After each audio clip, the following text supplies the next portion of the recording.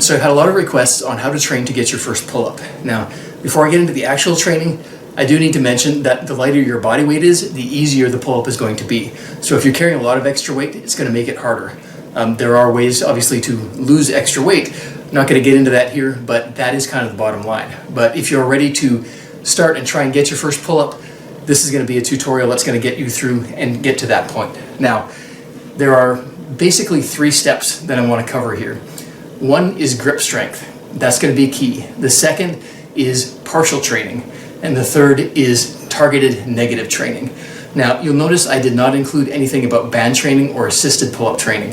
What I've found is when you're doing band assisted especially, it kind of takes the weight away from you, the body weight away from you, does not develop your grip strength, does not develop the connection between you, your muscles, and the bar, and that's actually critical for getting your first pull-up. The other problem with banded assisted pull-ups is they help you more out of the bottom, which is actually the strongest part of the pull-up. So they're giving you more help where you don't need it, giving you less help where you do need it, and that's backwards to what we're looking for. So what we need to do is actually strengthen what needs to be strengthened, where and when it needs to be strengthened in the pull-up. So what we're going to do here, step 1, grip strength.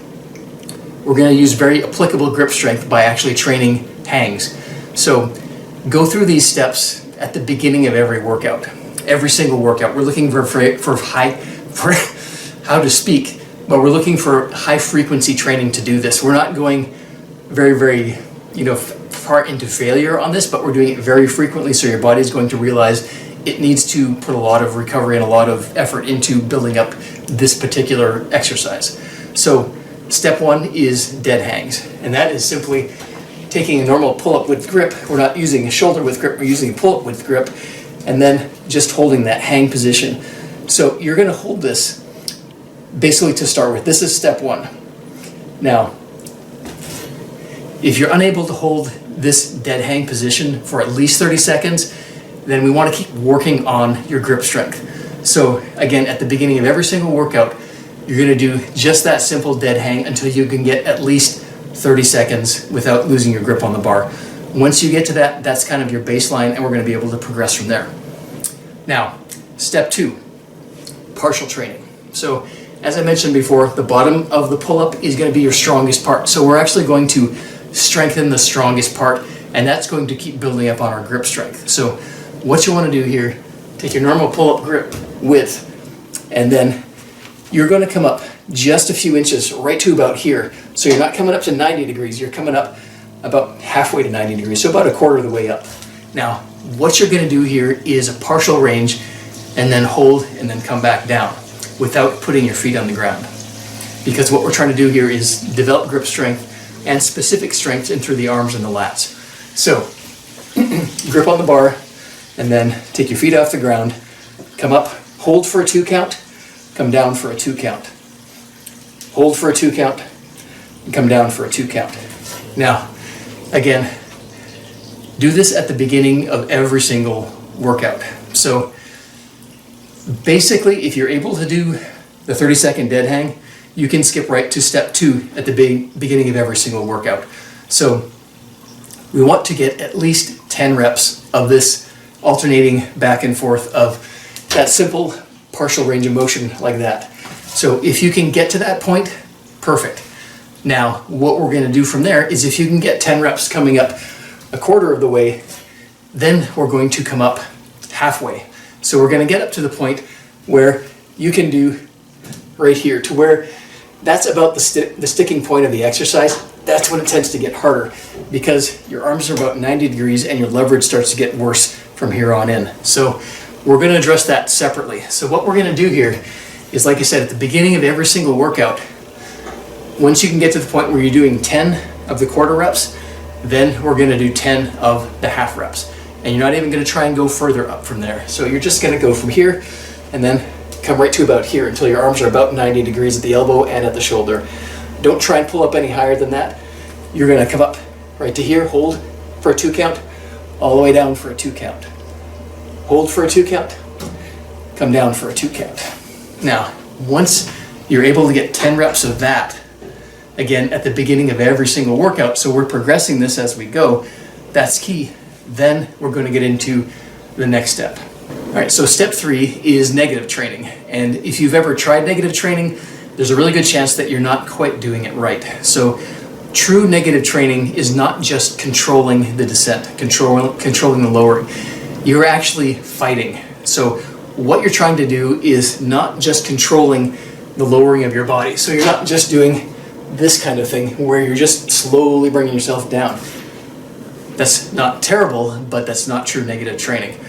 What we want to do here is, and you're going to hate me for this because it actually is going to make you fairly sore, because true negatives are actually fairly damaging to the muscle and can be tough on the nervous system. So we're not going to do these with as much volume as the partial training stuff. So what we're going to do here is, after you've gotten to the point where you're able to come halfway and do 10 reps of that and come back down like we were showing before in step 2, then we're going to go to negative training. And what you're going to do here is use a bench, get yourself into the top position of the pull-up.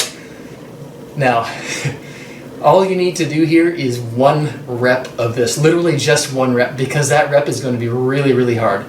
So you're going to do, not really a flexed arm hang, which is like that, but you're going to do a pull-up top hang. So you're going to hold that top pull-up position basically until you're not able to anymore. And this is going to build strength in that top bit of the range of motion.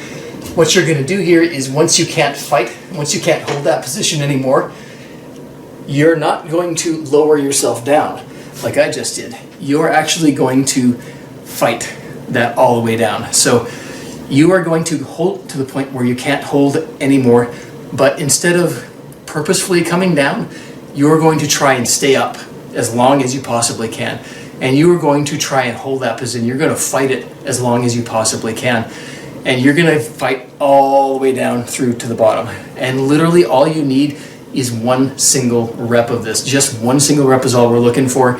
Maximum effort, maximum fight, all the way down to the bottom. And you know, it's going to be challenging. It's going to develop your grip strength. It's going to develop a lot of muscles in your back. The first time you do it, you're probably going to get some soreness. But even if you're sore, I still want you to do it at the beginning of your next workout. Even my sump pump wants you to do that at the beginning of your next workout. But what this is going to do is develop very specific strength for the pull-up. Combine that with the grip strength work we've done, combine that with the partial work we've done, and once you get to the point where you've done the negatives and you're able to hold for at least 30 seconds in that top position and do a very controlled negative where you're fighting for at least 6 to 10 seconds on the way down, where you're not just falling down to the ground, but you're able to basically fight for a decent amount of time, then we're going to get ready to actually attempt your first pull-up.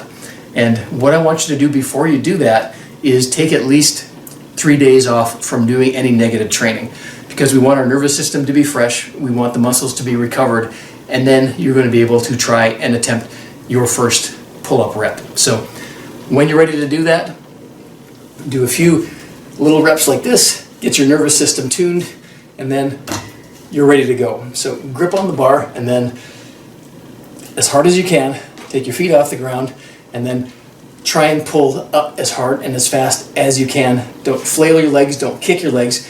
If you want to do a good strict pull-up, what we're trying to do is a good strict pull-up. And all the training you've done up to this point, and all the basically specific strength that you've earned up to this point, is going to pay off, and you're going to get your first pull-up rep. So if you have any questions, post in the comments below, and especially as you're going through this, let me know if you have any further questions. In the caption below, I'm going to kind of run through all these different steps. All right, so the day you get your first pull-up, I want you to try and get it on video. If you can get it on video, that's awesome. Post it and definitely tag me on it. I would absolutely love to see it.